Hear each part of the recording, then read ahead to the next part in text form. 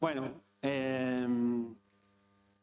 la verdad que, bueno, dar las gracias a la organización, a Nico, porque siempre tiene unas palabras muy bonitas hacia mí.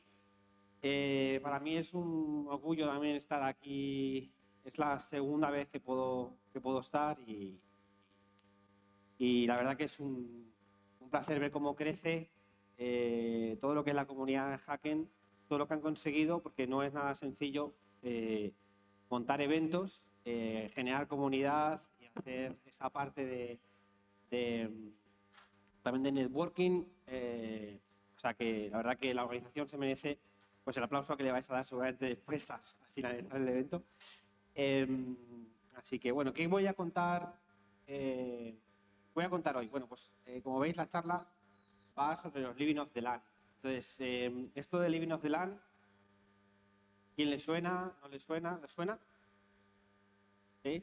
Luego, si lo traducimos así burdamente, podemos decir, bueno, esto es binarios legítimos del sistema o del cloud o drivers legítimos que al final podemos utilizar para hacer cosas o que los malos utilizan para hacer cosas malas y pasar desapercibidos. Un comportamiento de administrador, de usuario.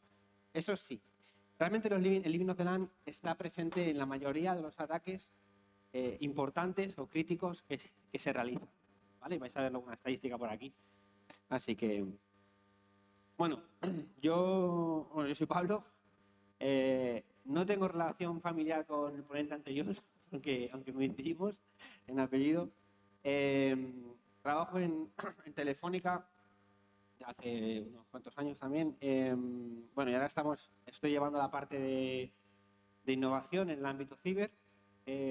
Bueno, y tengo unas cosillas, algunos libros y tengo la suerte bueno, de haber estado también en algunos congresos. Antes de empezar con hablaros de Living of the Land, de la distribución de capacidades, de realmente por dónde van los tiros en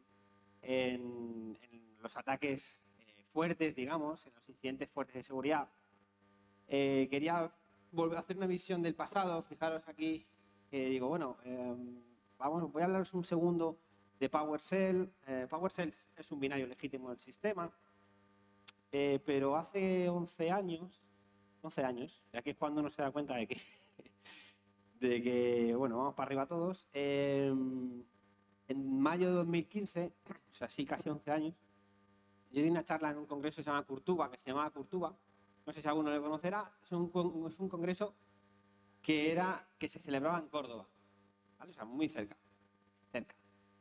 Mayo de 2015 y yo hablé de, oye, dame una PowerShell y yo moveré el mundo, ¿no? ¿Esto qué quería? ¿De qué iba esto? Bueno, realmente era una prueba de concepto que se hizo de un bot donde 70 líneas de código permitían hacer una disrupción en memoria, permitían ejecutar código en memoria y lo que proponía era ejecución dinámica de acciones de pentesting directamente en la memoria sin tocar disco, ¿vale? Antivirus trabaja muy bien en disco, memoria no. Hablo de 2015, los EDR no estaban como están. Hablábamos de técnicas como la técnica de Files, que en esa época, justo lo tapan aquí, bueno, Files, justo en esa época empezaba a tener bastante presencia, porque empezaba a ser más utilizada, y era algo así, o sea, era un código que lo que proponía era como un adelanto de lo que os voy a contar hoy en día, de los Living of the Land.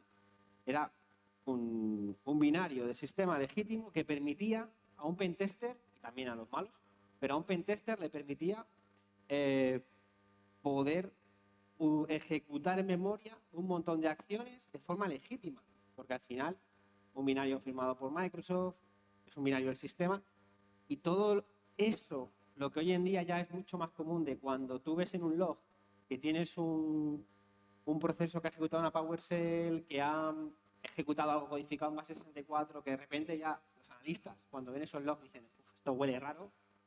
En 2015 no olía raro, porque no estábamos todavía, ¿no? Entonces, bueno, el código además utilizaba Twitter, pero esto es otra historia. Y luego trabajé en su momento en evolucionar eso y llegó Ivonsell, ¿vale?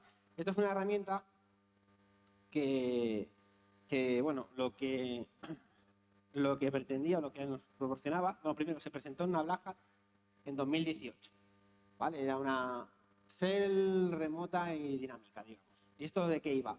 Pues era conceptualizar lo que todavía no se llamaba Living of the Land a través de una Shell y disponer de acciones de pentesting, de nuevo pentesting, dinámicamente descargadas de GitHub, directamente de memoria, ¿vale? En aquel momento, ejecutar cosas en memoria directamente sin pasar por disco te daban garantía o te daba muchas garantías en un pentest. Hablamos de 2018, hablamos hace 8 años casi. Bueno, tenía diferentes modos, ¿vale? Esta herramienta, que no sale aquí, debería salir aquí el enlace, está clasificada en un proyecto, creo que es estadounidense, que se llama C2 Matrix, que es una matriz donde os encontráis pues, diferentes herramientas de pentesting, command and control, etcétera, donde podéis encontrar Metasploit, Cobalt Strike, Covenant, o sea, herramientas muy conocidas, y también Ivonsell. Y deciros que Ivonsell lo tenéis en los repos de Kali, también en el año 2020-21, lo introdujeron en Kali, o sea, si tú haces una apt install en Kali Ivonsell, lo instaláis. Vale, simplemente, ¿por qué os cuento esto? Porque es, en parte, una relación muy directa con técnicas que se utilizaban, que realmente son técnicas incluidas en esos Living of the Land que os voy a contar. Y que realmente hablábamos hace muchos años de ello, cuando ahora mismo ya sí empezamos a tener mucho más clasificado lo que es Living of the Land y que realmente los atacantes buenos lo van a utilizar, porque lo que van a intentar no es utilizar un Metasploit o un Nmap, ¿no? Lo que van a intentar es, el objetivo del atacante es pasar desapercibido y conseguir comportamientos de administrador o conseguir comportamientos de usuario es lo que realmente ellos van a buscar, porque eso es muy difícil de detectar. Entonces, te garantiza persistencia, te garantiza no generar ruido y te garantiza que puedas estar en los sistemas durante meses o en las redes durante meses sin ser percibido, ¿vale? Y os voy a poner luego unos ejemplos reales. Bien, entonces vamos a empezar por definir un poco Living of the Land, ¿vale? Importante de aquí, de este recuadro. No es solo usar binarios legítimos, ¿vale? Sino es un marco, realmente es un paradigma estratégico para reducir huella, dependencia de malware. Dependencia de malware quiere decir dependencia de binarios externos, de librerías externas, de cosas externas al sistema.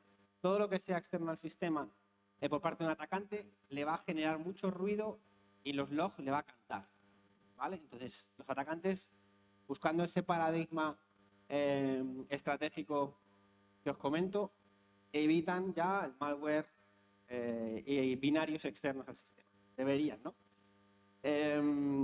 Bueno, ¿y qué implicaciones reales tiene esto para la defensa? Bueno, vamos a resumirlo un poquito. Uso sistemático de binarios legítimos que forman parte del sistema. Vale, justo lo que os he dicho que no, pero bueno, la definición básica es esto. Es el uso sistemático de estos binarios, con un objetivo. Lo vamos a ir encadenando hasta llegar a cubrir todo el pipeline del ataque, ¿vale? Entonces, podemos decir que el Living of the Land lo que vamos a provocar es, vamos a minimizar los artefactos forenses, cuando digo vamos es los malos, lo que van a conseguir es minimizar artefactos forenses. Claro, que luego detectar que tenemos esa intrusión, detectar que están dentro de la red, detectar eso va a ser mucho más complicado porque están minimizando sus artefactos. Si tú haces que el comportamiento de un usuario y el comportamiento de un atacante sea muy similar, es muy difícil saber si estamos ante logs de un usuario generados por un usuario legítimo o por un atacante, ¿vale? Y ese es el objetivo general que tiene ese paradigma estratégico. Ese es el objetivo.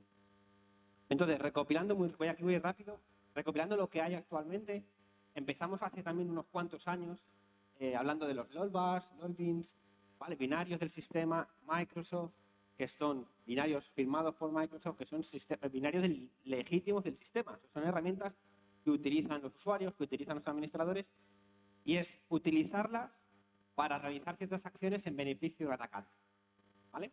Es darle un poco la vuelta para lo que están hechas. Y LOLBAS es un proyecto que son binarios y scripts, ¿vale? O sea, que lo aglutina un poco todo. Entonces, cuando entráis en estas páginas, que de nuevo, ahí en la slide, abajo, aparece la URL, aunque no se ve, aparece la URL del proyecto, podéis ver pues cómo se pueden ejecutar, cómo se pueden utilizar para cómo se pueden ejecutar para poder utilizarlos en sistemas Windows y también cubrir la fase, ¿vale? del ataque en el que estemos. Bueno, pues aquí os cuento un poco, pues se utilizan para técnicas de ejecución, de evasión, de acceso a credenciales, persistencia, movimiento. Claro, si nos vamos a tiempo atrás, hace 15 años, la persistencia, ¿cómo se buscaba? Registro, tengo ahí un binario en el disco, lo llamaremos troyano, lo llamaremos malware en general, lo metemos ahí, eso canta mucho hoy en día, es muy fácil de detectar. Entonces, lo que buscan es utilizar tareas programadas, utilizar partes del sistema para conseguir esa persistencia, partes del sistema para conseguir acceso a credenciales, partes del sistema para hacer movimiento lateral. ¿Vale? Y hay algunos ejemplos de binarios que son puramente de muchos de administrador, utilizados en el día a día de los administradores y que el atacante los va a utilizar con otro objetivo.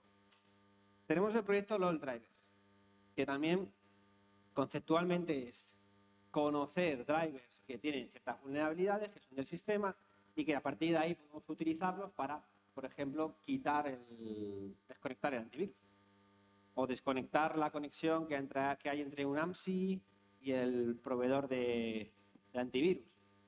Al final, también hay un proyecto basado en esto.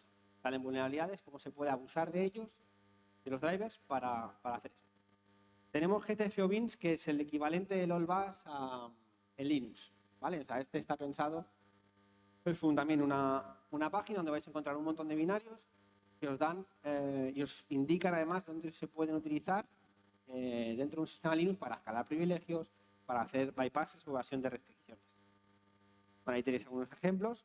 Fijaros que son sorpresa. Los binarios, me falta una S, binarios que son muy comunes en un Linux, ¿no? ODLK, tar, les, bin, find. Luego tenemos otro proyecto, estoy evolucionando, tenemos otro proyecto que es Living on the Land in Cloud, LOTC. Ahí sí aparece la URL, ¿vale? Y esto está basado en Azure, AWS, herramientas que existen, APIs que existen y cómo el atacante al final puede utilizarlas también para persistencia, para identidad, ¿vale? Entonces ese abuso se puede confundir con señales de uso normal, legítimo por parte de un administrador de un usuario, que es de lo que va todo esto, ¿vale? Entonces también llegó al cloud. Entonces, el resumen hasta ahora es menos malware, que eso ya no... Y más abuso de la confianza, de lo que es legítimo. Porque al final, lo voy a repetir varias veces en la charla, el objetivo del atacante es hacerse... Es como si tuviéramos un montón de gente, ¿no? Tenemos un grupo de 100 personas, estamos persiguiendo a alguien y se mete en ese grupo de 100 personas. Y dice, vale, ¿y ahora cómo le encuentro? Porque todos me parecen iguales, ¿no? Entonces eso es el abuso de la confianza. Entonces aquí tenemos expuesto un poco los diferentes proyectos que hemos estado viendo.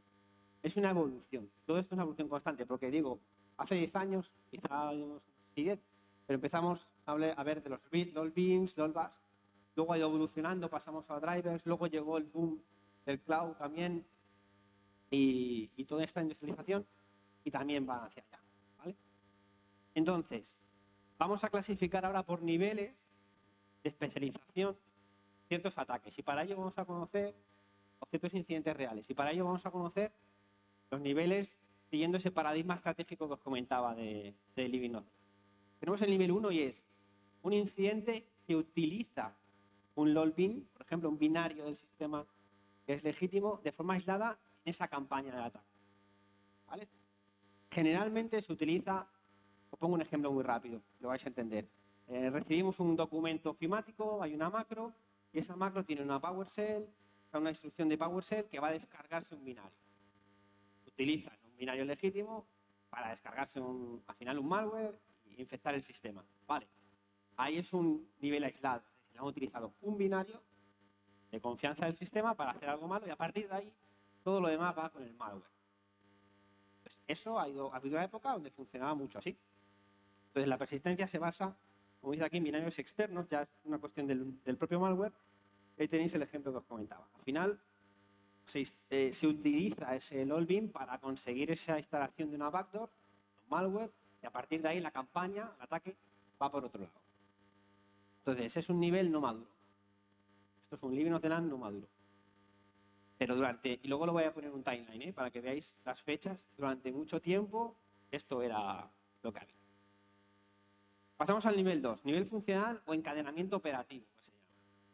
Entonces, el encadenamiento operativo es que dentro de la fase del ataque, que ahora veremos también las etapas, pues ahí ya eliminamos parcialmente o en gran parte todo lo que son elementos externos. El atacante ya se centra en que va a ir encadenando diferentes binarios del sistema de forma que pueda conseguir cumplir sus etapas. Y lo que pasa es que en algún punto va a requerir todavía elementos externos, payloads, binarios o lo que sea externos, que ahí es donde hoy en día canta mucho. ¿Vale? Pero fijaos que se intensificará el uso de PowerShell memoria, WMI, tareas programadas, etc. Y fijaros que PowerShell memoria también está con la lupa, ¿eh? No penséis que, bueno, usa PowerShell hace años sí, hoy en día utilizas PowerShell y estás con lupa puesta en el log. Bueno, persistencia sin binarios propios, es decir, ya aquí el objetivo ya es este nivel. Estamos alcanzando esa persistencia, el atacante consigue la persistencia utilizando binarios del sistema, tareas programadas o lo que sea. Movimiento lateral con herramientas administrativas. Esto es importante.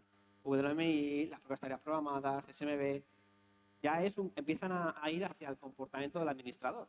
El administrador utiliza ciertos comandos y ciertas herramientas en su día a día para consultar cosas en diferentes servidores o servicios y el atacante lo va a hacer igual, utilizando las mismas herramientas. Y eso en un log empieza a complicarse.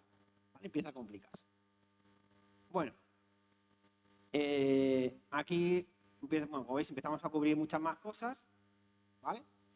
Y pasamos a lo llamamos nivel operativo, encadenamiento operativo.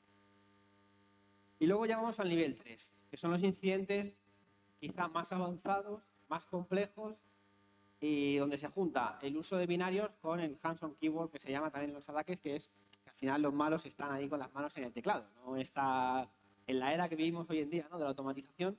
Bueno, pues los malos también utilizan mucho las manos. Entonces aquí, bueno, si llegamos al paso full, no hay elemento / payload externo. No hay nada externo. Tiene que ser todo, para ser clasificado aquí, tiene que ser toda la fase del ataque, todas las fases del ataque, estar hechas con elementos que puedan confundir, porque son herramientas propias del sistema que se utilizan en el día a día de los administradores o en el día a día de los usuarios. Lo cual, como podéis imaginaros, empieza a complicar bastante la detección y diferenciar lo que es malo de lo que es bueno. Que es lo que buscan realmente, ¿no? Entonces, persistencia administrativa, filtración mediante canales permitidos. O sea, ya estamos llegando a las filtraciones que son pasos finales del ataque, ¿no? Entonces, estamos viendo de canales permitidos. Canales que utilizan en la organización, por lo cual no va a ser chocante y hay que hacer una investigación mucho más profunda. Y ahí está un poco el recopilatorio. Quedaros con no malware, justo lo tapan ahí. Bueno, ahí pone no malware, no hash, no archivos, todo binarios y scripts, código legítimo, incluso firmado, ¿vale? Digitalmente. Entonces esto se llama Living of the land estratégico. Entonces, vamos a pasar a... Muchas gracias. Voy a coger el agua. Vamos a pasar a decir que Living of the land es una distribución de capacidades. Y vamos a hacer una taxonomía. Para ello, vamos a empezar a distribuir por fases. El ataque, ¿vale? El incidente de seguridad comienza con un descubrimiento dentro de la propia organización. Hay un acceso inicial, que no he puesto, acceso inicial. Pero el acceso inicial muchas veces no es sexy. Porque os voy a enseñar algún incidente donde es, bueno, han robado unas contraseñas, ¿no? Y cuando dices eso, la gente como que se queda un poco ahí, esperaban otra cosa. A veces sí, pero muchas veces han hecho una campaña en una organización, han robado una serie de credenciales y 3 meses después empiezan a utilizarla y tienen acceso. Y como tenemos Single Sign-On, acceden y con esa credencial acceden a una VPN y luego acceden a un montón de servicios más que hay detrás de la VPN porque tenemos el mismo usuario y una contraseña. ¿Sí? Podemos decir, bueno, pero hay un multifactor, también hay ataques para esto. O sea, también hay formas. Entonces, empezamos con la parte de descubrimiento, ya están dentro, y ahí fijaros que todo lo que vamos a utilizar, o todo lo que vamos a utilizar, son herramientas del sistema. Comandos del sistema, ¿vale? APIs de administrador, inventario de herramientas de un administrador, todo comandos, ipconfig, netuser, ntest, queuser, ps, who, id, todos son comandos, Linux, Windows, me da igual, que son del día a día del administrador. Si pasamos a la siguiente fase, staging, pues aquí ya vamos a hablar del tráfico para esta administración normal. Todo el tráfico que va a generar el atacante debe parecer normal, ¿vale? Entonces ahí se van a focalizar. Y para eso, pues fijaos qué herramientas se utilizan. Herramientas que están en el sistema y que generarían un tráfico normal porque los utilizan los administradores o los utilizan los usuarios. Cuando bajamos a persistencia, lo mismo, ¿vale? Tareas programadas, claves de registro también, bueno, también lo hay. Servicios, script de inicio. Movimiento lateral, toda la parte de administración remota con herramientas de sistema. Lo que se utilicen, lo que tengan ahí a mano, lo que utilicen ellos, ¿vale? Si pasamos al siguiente, la ejecución. Pues todo, de nuevo, fijaros, PowerShell, MSHTA, RANDLL32, WMI, CMD, Perl, si está instalado en un Linux. Todo esto, si lo utilizan, lo van a utilizar. O sea, si lo utilizan en la organización, lo van a utilizar. La parte operativa, canales administrativos, ¿vale? Fijaros, lo más importante aquí es no hay beaconing. No hay beaconing significa que no hay canales creados artificialmente, ¿vale? No hay beaconing no hay canales creados artificialmente, es decir, no he hecho yo un command and control para comunicarme con el exterior, porque eso sí es fácilmente detectable. Entonces, lo que utilizan es todo lo que tengan en la organización para salir al exterior. Y con eso ya irán viendo cómo operar. Y luego la parte de evasión, que también bueno, se basan mucho en, de nuevo, este tipo de herramientas que les dan esa funcionalidad. Entonces, si lo llevamos a un plano de matriz, lo podemos clasificar por niveles, ¿no? Nivel 0, nivel 1, nivel 2. El nivel 0 es no hay living of the LAN por ningún lado, ¿vale? Entonces, el nivel 0 sería lo previo a 2010, digamos, ¿no? Pues, oye, me mandan un binario, me mandan algo por un correo, lo ejecuto, tienen acceso a mi sistema y entonces se manejan, tienen un command and control propio, todo, como veis, todo, herramientas propias, command and control, la evasión la basan en la frustración, o sea, todo muy antiguo. Ese es el nivel 0. Cuanto más avanzado va a ser es cuanto más se acerquen al nivel 3, donde en el nivel 3 estaremos en un comportamiento muy difícil de distinguir de un comportamiento de cualquier usuario, ¿vale? Entonces ahí está un poco esa taxonomía y esa matriz de capacidades. Vamos con los incidentes para bajarlo a un plano de ejemplo.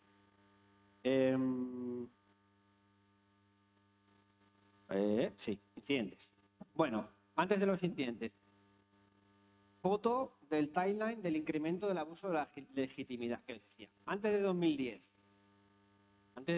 son muchos años, pero bueno, antes de 2010, el malware tradicional se bloqueaba firmas, se bloquean, los antivirus funcionan con eficacia para las firmas, detección de firmas, nada de comportamientos, o sea, realmente no había necesidades, ¿no? en analizar comportamientos y en entender bien cómo funcionaban las amenazas. Las amenazas se conocían, tenían una firma, un patrón y se detectaban. Entre 2010 y 2014 hay un salto porque empezamos a ver que PowerShell se utiliza de forma ofensiva, hay un cambio en el paradigma de los ataques porque empiezan a ver que el scripting es el vector de infección más útil para esa época. Entonces, fijaros que hablamos de las macros de Office 2010-2014, parece que es un problema de ahora. No, es un problema que ha ido evolucionando en el tiempo y que está hasta nuestros días, pero que ya en aquella época se conocía que la amenaza. Y empezaba a ver la tendencia de hay que intentar disminuir en los ataques el llevar binarios externos, ¿no? Eso ya era la tendencia en esa época. 2015-2018 hablan de técnicas fileless. Las técnicas fileless simplemente es conseguir ejecutar código sin que ese código toque disco. ¿Vale? Una PowerShell que se conecta a un sitio, se descarga un código en memoria y lo ejecuta. Ese código pueden ser miles de líneas. Pero no toca disco. Esto en el antivirus funciona muy bien. En memoria no se entera. ¿Vale? Por eso aparecen después estos. ¿Vale? EDRs. Y hay que ver, también aparece el OAMSI también, para hacer ese chivato que dice lo que se va a ejecutar en ciertos procesos, porque si no el antivirus no se entera. Bueno, pues en 2015-2018 estamos aquí, ¿vale? PowerShell aumentando las capacidades y la detección de DRs es débil. El DDR funcionando, esa época es el comienzo, ¿vale? Luego llegamos a 2019-2022, hay una expansión, fijaros, aquí ya de lo que se decía ya aquí, ¿no? No hay que traer binarios, ¿no? Hay que empezar a jugar de otra manera. Hay una expansión de los LOL beans. Vale, no traigamos binarios, los tenemos en el sistema. Hagamos que esos binarios del sistema funcionen de otra forma para que el ataque tenga éxito. Ese es el pensamiento del atacante. ¿Vale? Entonces, ataques sofisticados con menos malware. Y van en ese cambio, nivel 1, nivel 2, nivel 3, y van evolucionando. Y luego llegamos al 2023-2026, es decir, ahora nos encontramos un ejemplo muy bueno, que ahora hablaremos de él, que es Volt Typhoon, que es un incidente que ocurrió no hace mucho, que es un living of the LAN de principio end-to-end, de principio a fin. Y ahora vamos a destripar un poco. ¿Vale? Es un living of the LAN estratégico. Cada vez la tendencia de atacante es hands-on keyword. El día de mañana puede ser hands-on keyword, pero de la gente. O sea, que los agentes lo hagan por mí, pero que al final este comportamiento lo imiten. Y la integración de living of the LAN con diferentes capacidades que hemos estado viendo. Y ese es el momento. Y el dato más grave, más del 84% de los incidentes críticos, no de los juguetes, de los incidentes críticos, tienen living of the LAN. Y eso lo dijo la empresa antivirus Bitdefender. Hizo el análisis y tras ese análisis dijo más del 84% de los incidentes críticos de ciber tienen living of the LAN. No dicen qué nivel, eso sí. Pueden ser nivel 1, muchos, ¿no? Bueno, vamos a hablar de Volt Typhoon. Pongo un contexto. Infraestructura, bueno, ¿quién fue afectado? Infraestructuras críticas de Estados Unidos. Cuando salen incidentes muchas veces suelen ser Estados Unidos, ¿no? Los afectados en este caso. Acceso mediante credenciales válidas, es decir, acceso inicial, robo de credenciales. Robo de credenciales. No fue más sexy que eso. Entonces, accedieron a VPN. Accedieron a VPNs y a partir de ahí estaban dentro de las redes. ¿Vale?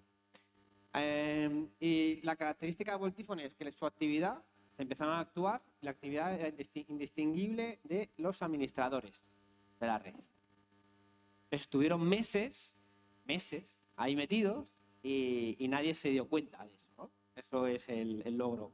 Y hay un concepto muy interesante que es ¿para qué hacen eso? ¿No? Muchas veces nos preguntamos, ¿pero por qué hacen eso? ¿Para qué lo hacen? ¿Por qué quieren hacer esto? Bueno, primero, si es un ataque a un país, pues imaginaos que es Estado contra otro Estado. Y hay un concepto que es el preposicionamiento, digamos. Es, yo me meto aquí y ya veremos en el futuro para qué me sirve, ¿vale? Eso es lo que es el prepositioning estratégico, ¿vale? Conflictos futuros, yo ya tengo mi posición, ¿vale? O sea, fijaos que, bueno, estamos hablando ya de otras cosas. Bueno, ¿por qué Volt Typhoon es end-to-end? Bueno, el acceso es como fue, la operación, protocolos administrativos, sesiones reales, CMD, UDMI, infra, routers domésticos, como proxies, administración simulada. Vamos a ampliar un poco más el detalle.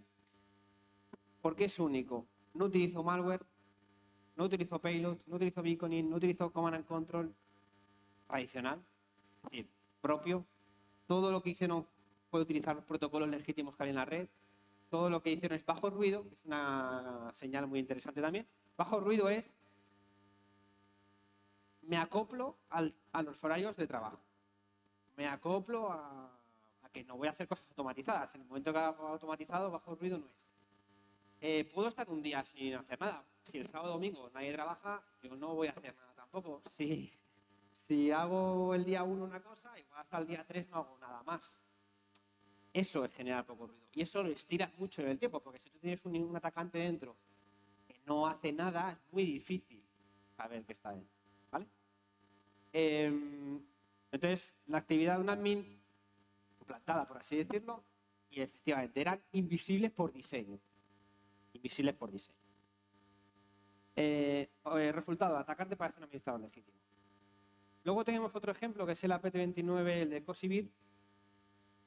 Este no llega al nivel 3, pero se queda cerca, ¿vale? Aquí, fijaos que el compromiso inicial fue por un spear phishing, de nuevo nada sexy. Luego sí, el ataque, bueno, no se sabe bien, ¿no? Si fue un spear phishing o el spear phishing fue a uno de la cadena de suministro, que tanto está de moda actualmente, ¿no? Cuando hablan de amenazas, dicen, la cadena de suministro, ¿no? Que es ahora súper crítico. Bueno, era crítico ahora y era crítico hace 15 años, porque también había ataques a las cadenas de suministro. Lo que pasa que es verdad que cada vez hay un incremento, pero ya es algo conocido.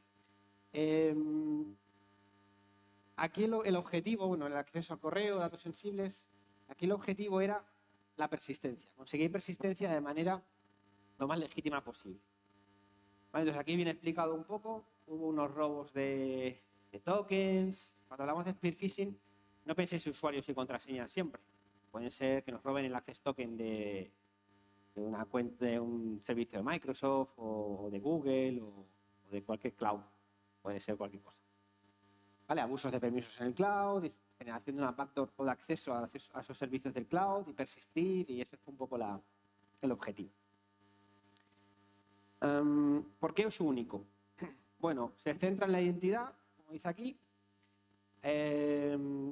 y consigue la persistencia en un entorno cloud, ¿vale? Y bueno, puede luego aprovecharse de eso para conseguir cierta información y empezar a exfiltrar por canales confiables, canales permitidos dentro de la organización. O sea, algo que no generase ruido, no fuera fácil de detectar. Bien, y luego tenemos el FIN7 o N7, que es, bueno, este es campañas, este ya más, os va a sonar más, campañas masivas de phishing financiero. Aquí, de nuevo, hay un acceso inicial mediante documentos, macros, este tipo de cosas. Luego hay una serie de pasos más que se dan, pero rápidamente hay un malware propio. O sea, es decir, oye, al final el objetivo en esta campaña era utilizar Living of the Land inicialmente y rápidamente pasar a la infección, malware propio, y a partir de ahí toda la parte operativa es propia. Eso genera ruido, ya sabemos. O sea, sabemos que genera ruido y es más fácil de detectar, pero les importaba poco porque realmente depende del objetivo que tengan. Una cosa es estar meses de ser detectado y otra cosa es impactar rápidamente económicamente. Claro, depende del objetivo, ¿no?, que tengan. Bueno, aquí un poco del núcleo de la parte de Living of the Land. ¿Qué utilizaron realmente de Living of the Land? Pues ahí, en la parte de ejecución, en la parte de staging, incluso en la parte de movimiento lateral, pero lo que es la persistencia, en adelante ya paso a malware propio. Bueno, ahí he explicado un poco. Aquí viene bien dicho. ¿Por qué es único? Bueno, no es que sea único, hay muchos casos como este, pero el uso encadenado de los beans, y luego fijaos en el esquema: descarga, ejecución y tiro al payload. O sea, sirve como palanca. Aquí Living of the Land sirve como palanca para rápidamente infectar y ya se encargan con sus propias herramientas. Entonces aquí es un ejemplo de Living of the Land como puerta de entrada, muy clásico. Entonces, si lo clasificásemos en niveles, en esta matriz, nos quedaría así. Volt Typhon encaja, fijaros, en el nivel 3, todo encaja en ese nivel 3. Es verdad que podemos tener la duda entre la parte de persistencia, entre el nivel 2 y nivel 3, porque no consigan cubrir el comportamiento del administrador en esa persistencia puramente cuando ves el incidente. Pero estaríamos hablando de que si tuviéramos que darnos un score, pues, y pertenecer al nivel, tiene 7 columnas, y pertenecer al nivel 3, pues el máximo va a ser 21, pues estarías en un 20-21, que no está nada mal. O sea, es un ejemplo de libro de lo que es la invisibilidad por diseño. Y luego, si vamos al Cosibit, que era el del cloud, Pues aquí es verdad que suben en algunos casos y nos encontramos con un buen ejemplo también, de encadenamiento operativo, si lo queréis ver, pero es un muy buen ejemplo. Es verdad que las fases finales pues lo dejan un poco menos en la parte estratégica. Y sin embargo el FIN 7 pues está claro que es un ejemplo de un nivel 1, porque mayoritariamente se encuentra en el nivel 1, tiene algunos rasgos de la parte inicial del ataque, la cubren con Living of the Lamp, pero no están, lógicamente, cerca del nivel 3. Bien, pues yo quería enseñaros, no sé cómo voy de tiempo, regulín. Bueno, iba a enseñaros una demo donde teníamos un poco un ejemplo de Vault Typhon, es decir, cómo acceden, bueno, tienen unas credenciales, acceden por la VPN y empiezan a ejecutar acciones de descubrimiento, comandos, con comandos del sistema. Luego van pasando a la parte de persistencia, bueno, ejecución, van pasando a la parte de movimiento lateral, van pasando a la parte de persistencia, todo con binarios del sistema. Pero hay una parte más interesante que por tiempo yo creo que os va a gustar más y va a ser, vamos a pasar a lo siguiente. Vale, la demo era esta, realmente por paso. Pero bueno, si no, la grabaré en vídeo y la colgaré en algún sitio. Acceso inicial, credenciales válidas, acceso. Esto es una copia de Vault Typhon en la demo. El descubrimiento, cómo lo hacen, comandos, pues hacen un ping, hacen ping, pues claro, ¿cómo descubres en la red qué hay? Pues, uso Nmap. No, eso generaría muchísimo ruido, ¿no? Y es algo externo, no podemos usar Nmap. ¿Podemos utilizar código PowerShell para ejecutar un RPScan? Sí, podríamos hacerlo, pero eso también generaría cierto ruido, porque hay una automatización, vas a hacer muchas peticiones, algo incoherente. Bueno, lanza pings. Los administradores lanzan ping para ver si una máquina está. Y hay ciertas herramientas que, bueno, pues utilízalo. O sea, ahí se ven cómo utilizaríamos diferentes herramientas nativas para hacer reconocimientos, ¿vale? Mírate la tabla de enrutamiento que te ha dado a través de la VPN para descubrir las redes. O sea, ahí había una serie de cosas chulas. Luego pasamos a, claro, tenemos la parte de movimiento lateral que se mostraba en la demo, resistencia, la parte de operación, y la última parte era un pivoting, que no era Vault Typhon esto, pero bueno, un pivoting a través de la interfaz que viene de Windows de Port Proxy, que viene ahí. O sea, un sistema tiene una capacidad, un sistema Windows tiene la capacidad de pivotar, de hacer por forward y todo esto de forma nativa. Eso quizá sería algo llamativo, pero dependería también de si los administradores lo utilizaran para algo en la organización o no. Bueno, a lo que voy, que creo que es más interesante ahora por tiempo, es la detección. ¿Qué nos importa de todo esto? Sabemos lo que buscan, pero ¿cómo funciona la detección que tenemos actualmente nosotros? Bueno, pues lo que se monitoriza hoy en día es el comportamiento, ¿vale? La firma es una cosa del pasado, que también lógicamente se utilizan, pero el comportamiento es lo que se monitoriza y lo complicado. La detección basada en comportamiento. Tenemos también la detección de anomalías de procesos legítimos. Y aquí está lo complicado. Claro, procesos legítimos. Bueno, que sepáis que actualmente las protecciones, y ahora vamos a ver una comparativa, sí que han puesto el foco ahí. Es decir, saben, hoy en día ya es fácil detectar que si tú ejecutas una PowerShell y de repente le pones el parámetro encode command y te sueltas ahí el chorro en base 64, pues es raro, ¿no? El administrador eso no es rarete y vas a levantar una red flag. Entonces, esto lo trabajan, ¿vale? Con los ciertos procesos lo trabajan. Análisis de secuencias, esto también se trabaja ya bastante. Es decir, si yo veo que un usuario ha abierto un documento y luego de repente sale una PowerShell y de ahí luego hay una conexión al exterior y descargan un PS1, luego lo ejecutan, pues hay sí, son procesos legítimos, correcto, pero ahí claramente hay una secuencia sospechosa. Tenemos la correlación temporal también de eventos, telemetría avanzada de RxDR, ¿vale? Y al final, la detección basada en la intención, que eso es súper complejo. Y ahí estamos, porque el comportamiento es una cosa y la intención real es otra cosa. Y ahora los estudios van a intentar saber si, aunque tú estés cometiendo algo que parece un ataque, si realmente tienes esa intención. O eres una persona que está probando otra cosa. Entonces es muy fácil ir y preguntarte pero es muy difícil, viendo logs, Ya, pues no medir lo eso. espérate que termine Pablo. Bueno, y aquí entra un poco el Machine Learning también. Entran los LLMs, por supuesto, pero yo no voy a hablar de LLMs, voy a hablar de Machine Learning, ¿no? Y cómo ayudan, cómo están ayudando en las soluciones actuales, porque las tienen, para detectar ciertos comportamientos. Pero claro, quien nos diga que las amenazas se van a detectar simplemente con inteligencia artificial, pues no. Pero hay una combinación, no ahora al menos, pero hay una combinación muy interesante que es, tengo por un lado lo que hemos hecho toda la vida, que son reglas heurísticas, y tengo por otro lado también la fuerza de la IA. Yo me voy a centrar en la parte de Machine Learning, ¿vale? Y os voy a explicar a un caso.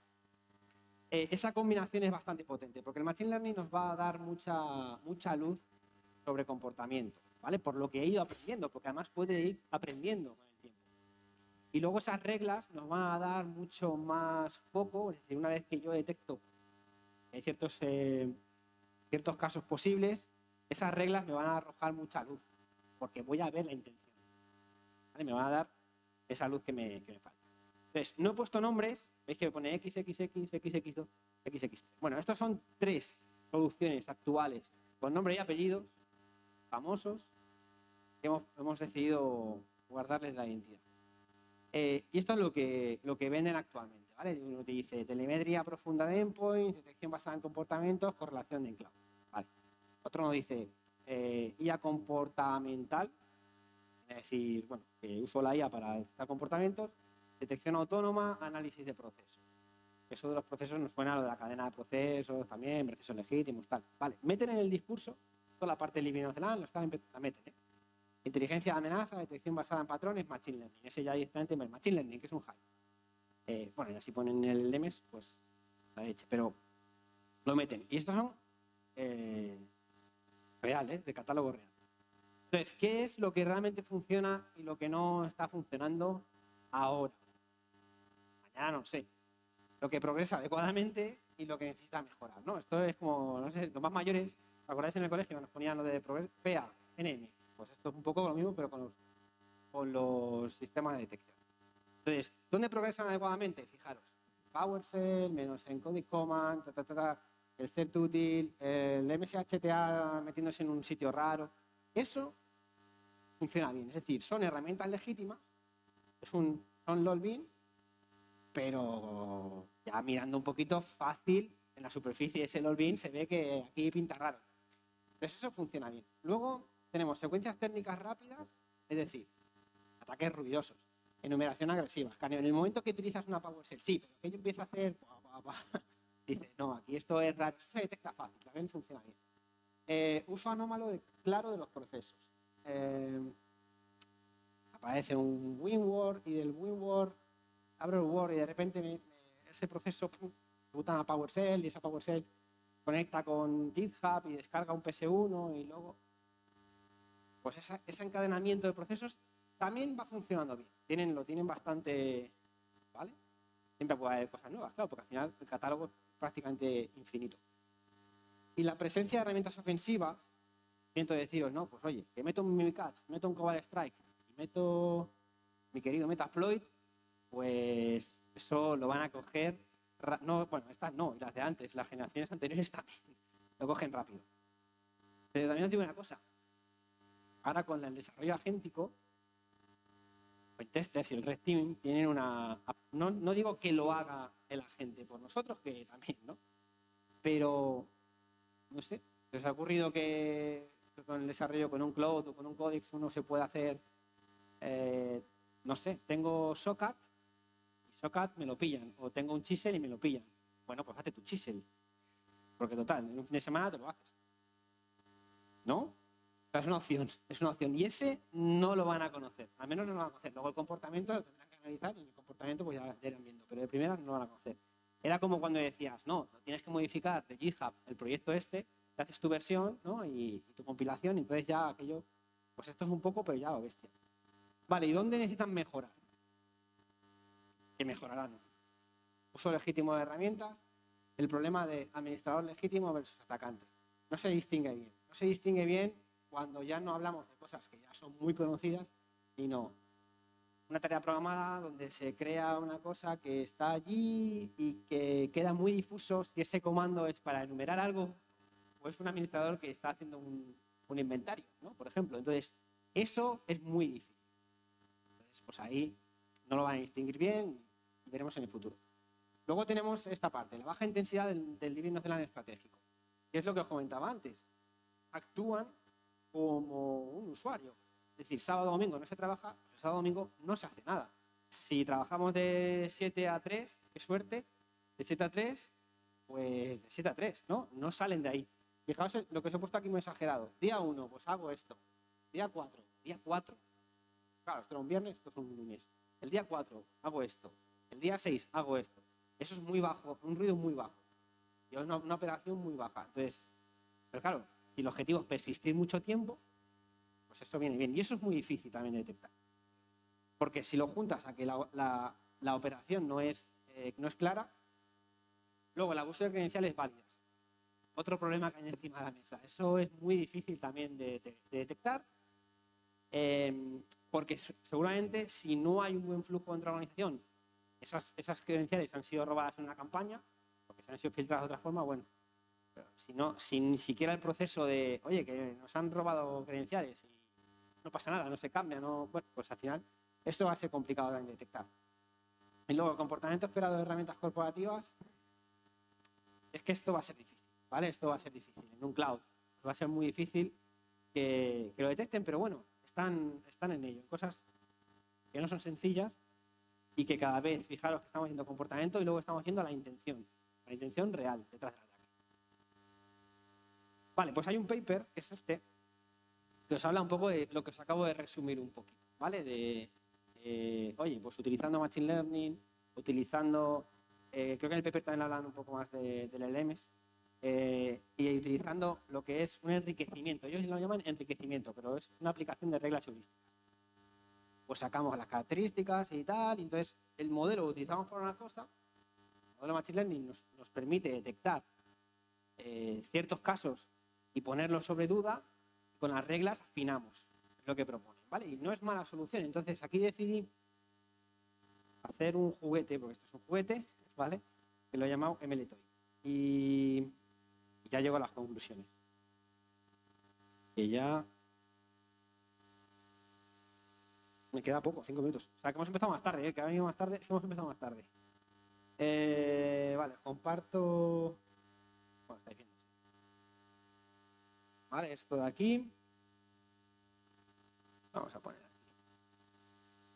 Vale, ¿qué es esto? Bueno, esto es un juguete, primero. ¿Vale? Esto no es nada más que un juguete. Pero esto lo que quiere mostraros es... Uy, se va a ver pequeñito. Esto lo que quiere mostraros es... Tenemos logs. Bueno, tenemos la capacidad de entrenar, generar modelos, ¿vale? Esto que veis aquí es un modelo. Hay diferentes versiones. Ahora mismo el modelo de Machine Learning solo se entrena como un random forest. Lo suyo sería entrenarlo con diferentes algoritmos, hacer comparativa y ver cuál es mejor y luego tal.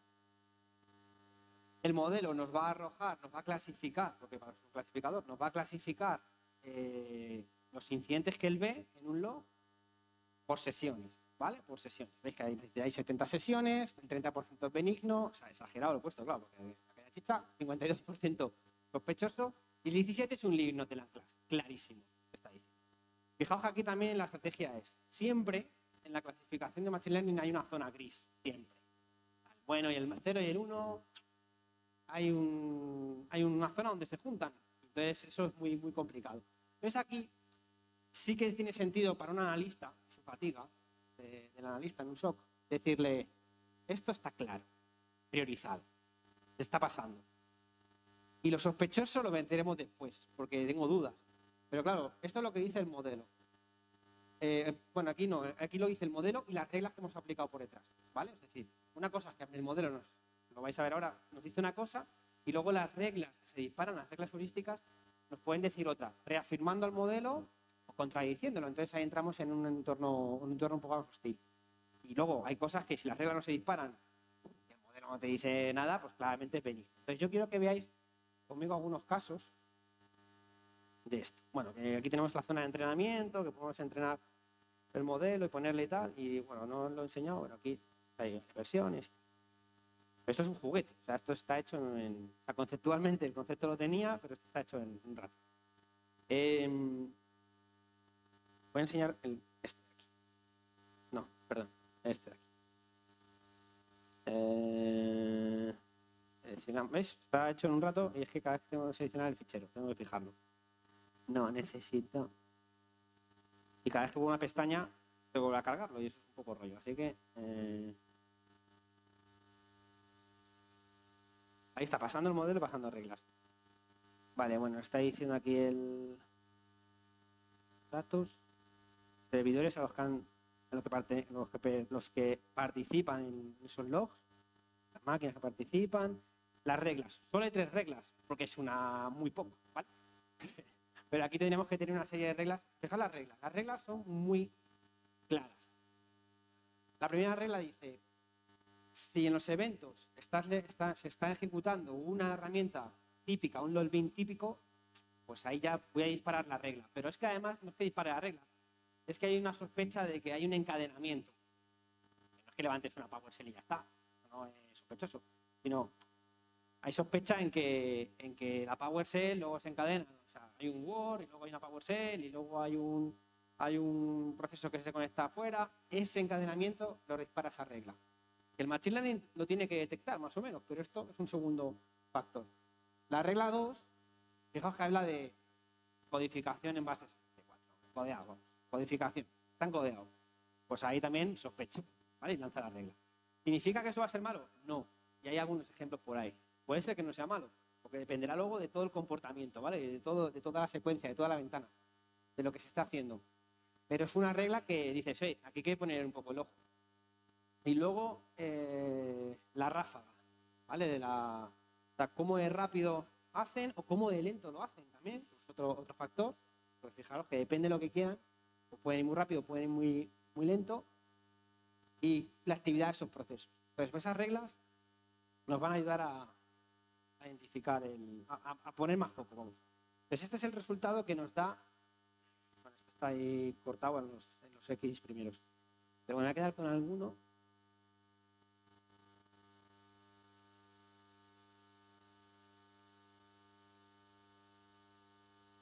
Filtro por aquí. Vale, aquí, bueno, tenemos aquí todos, que esto puede ser, madre mía, esto es una locura. No, luego tenemos filtros. Lo bueno es que nos va clasificando, nos va etiquetando los casos. Entonces aquí ya vemos el caso, y si nos llevamos, por ejemplo, este caso que es benigno, al detalle, esto sí es un rollo, cada vez que tenga que levantar esto. Vale, aquí se ve predicción benigna, y en rojo pues, nos puede confundir, pero bueno.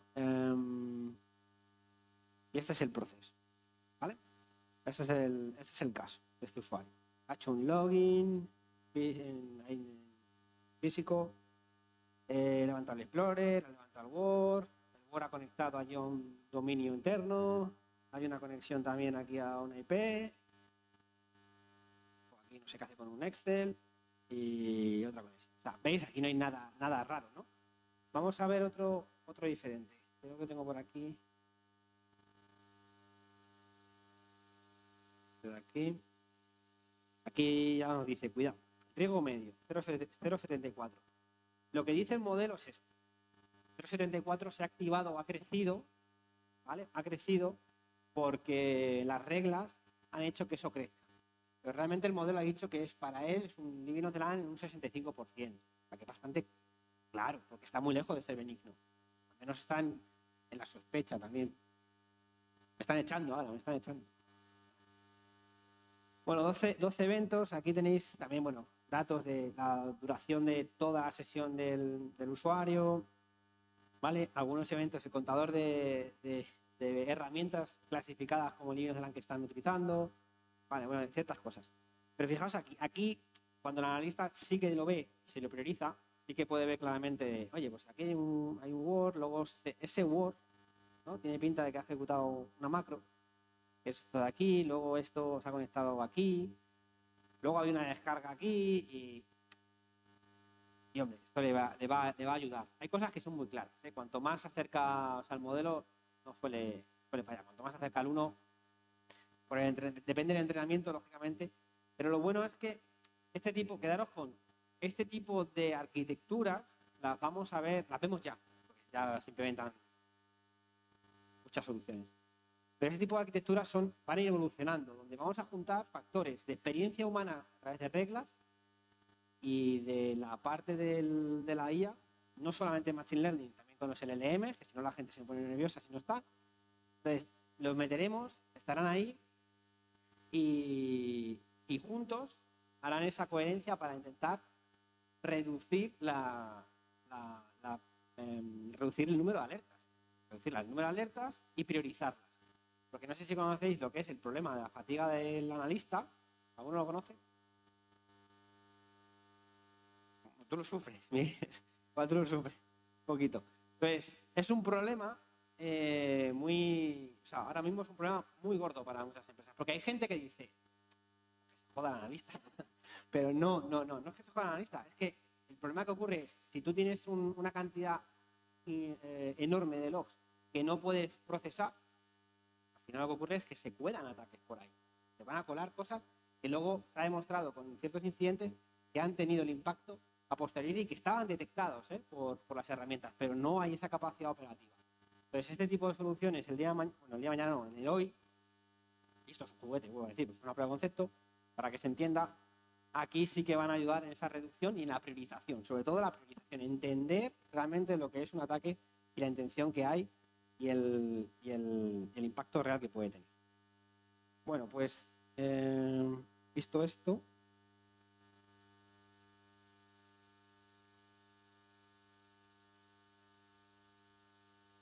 conclusiones. Para que llevéis un dato, más del 84% de los incidentes avanzados según Bitdefender, son Living of the Land driven. Lo que se está buscando es, en esos incidentes críticos, hacer un Living of the Land estratégico, que es hacer que el comportamiento, ¿vale? Que ese comportamiento sea indistinguible de lo que es el comportamiento de un usuario y de un administrador. Eso hace muy difícil esa detección. La capacidad de detección es compleja, cuanto más comportamiento análogo hay a usuarios y administradores. Y la necesidad de contexto, lógicamente, es fundamental, creo que pone aquí, sí, fundamental, para la detección. ¿Vale? Entonces, no sé si tenéis alguna pregunta, alguna cuestión. ¿O ha sido duro? No. Sí. Segundo, Ha sido duro, dicen por ahí. un momento, está aquí el azafato. Las cosas por partes, como la integral.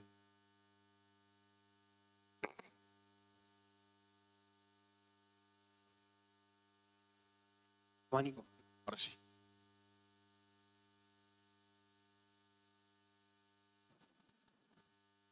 Que me ha llamado mucho la atención. Ahí ha mostrado una prueba de concepto, pero estáis entrenando modelos para este análisis. Los recurrentes. Telefónica, ¿no? Ha dicho que trabajaba en Telefónica. Están haciendo ese tipo de cosas. Porque, claro, mantener el análisis de patrones de este tipo será costoso, ¿no? Lo que será costoso. Lo recurrente para. Depende. A ver. Y luego podemos preguntar, ahora que he visto que hay proveedores por aquí, por la sala, podemos preguntar a los proveedores si es costoso, pero al final es tu negocio y al final es donde ya han puesto hace tiempo el foco, porque hay un problema en esto. Y además ahora hay una oportunidad, porque yo te puedo hablar de horizontes, yo hablo de innovación. Entonces, lo que sí sabemos es que en un horizonte 2, la innovación podemos clasificarla como en 3 horizontes, en un horizonte 2 es como en 3-5 años, y aquí se acelera mucho porque hay muchos vendors, porque hay muchas startups. Hay un problema que es este que te comento, el de la fatiga.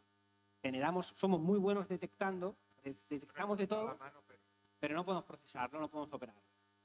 Entonces aquí es donde la IA sí que tiene un gran protagonismo y hay un problema muy difícil, todo el tema del triaje, detección y respuesta, todo ese end-to-end que se quiere lograr de automatización, no es sencillo. Entonces, hay muchos actores trabajando en ese espacio de trabajo. Eso sí, eso es lo que te puedo decir. Luego el uso por encima, porque creo que esto es para, o por lo menos por lo que yo he entendido, hacer Machine Learning para detección de patrones y luego se hace un análisis de esos casos de esa sospecha con el LLM.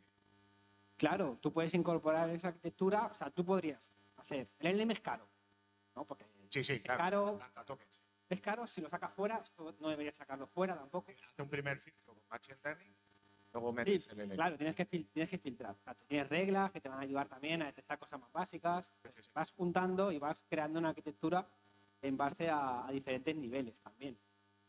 Pero también importante, el LLM saca cosas fuera. Y esto son cosas que no deberían ir fuera. Realmente lo dejo ahí como reflexión. Bueno, puedes montar, no es lo mismo, evidentemente. Puedes montar un LLM local o en premise y analizarlo ahí. Eso es. Eso es. Eso es. Bueno, gracias, ¿eh? ¿Alguna pregunta más?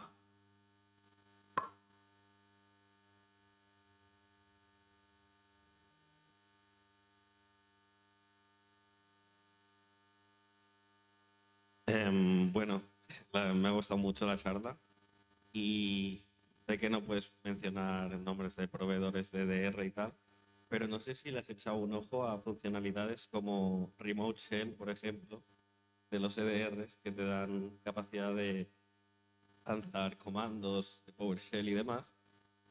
Y estuve mirando un poco qué eventos se disparaban y al final ves que están haciendo un PowerShell con encoded command, o sea, un poco como lo que detectaría tu modelo que es un patrón anómalo.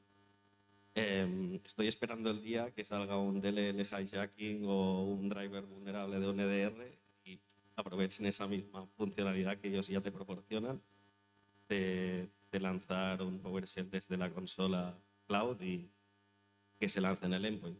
No sé si le has echado un ojo a ese tipo de funcionalidades que te dan los propios EDRs y cómo, bueno, tu herramienta los detectaría como anómalos, aunque lo lanza el propio EDR. Pues mi herramienta es un juguete, una prueba de concepto. No toméis la herramienta como una herramienta, me han enseñado, no. Un juguete, es un laboratorio, es una herramienta de laboratorio, un juguete, que sí que intenta mostrar por dónde, o lo que estamos viendo que por dónde van, lo que se está haciendo. No te digo que esto lo van a hacer, o sea, lo que están haciendo hace tiempo. Y que esto va, cómo se va construyendo las piezas. Lo que sí te puedo decir es que esas piezas no es tan sencillo llegar a ese horizonte 2. Muchos vendors, muchas startups, se han quedado con ese mensaje, yendo a ese problema. Lo van a cortar en tiempo, porque hay tantos intereses en ir a solucionar un problema que no es maduro. Desde el punto de vista de negocio te lo pueden vender como maduro, pero no es, tecnológicamente no está tan maduro. En ese foco de la reducción. Es un problema claro, ¿vale? Luego, contestándote, que no me voy a escapar, contestándote justamente lo que me estás diciendo, algo he revisado. No sé exactamente si lo que me estás diciendo, porque no te he terminado de entender en alguna parte, pero sí. Yo he visto que en algunos casos los EDR crean un usuario temporal, ejecutan un usuario con privilegios elevados, PowerShell desde ahí. Entonces, claro, para su heurística, ellos dicen, hostia, es nuestro usuario.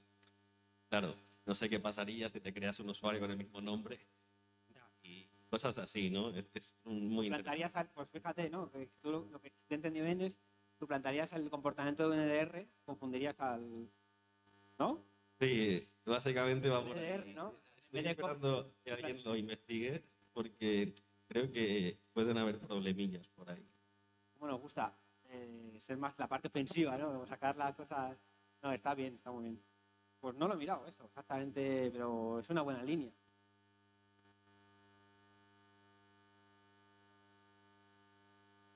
Si no hay más preguntas, muchas gracias, Pablo.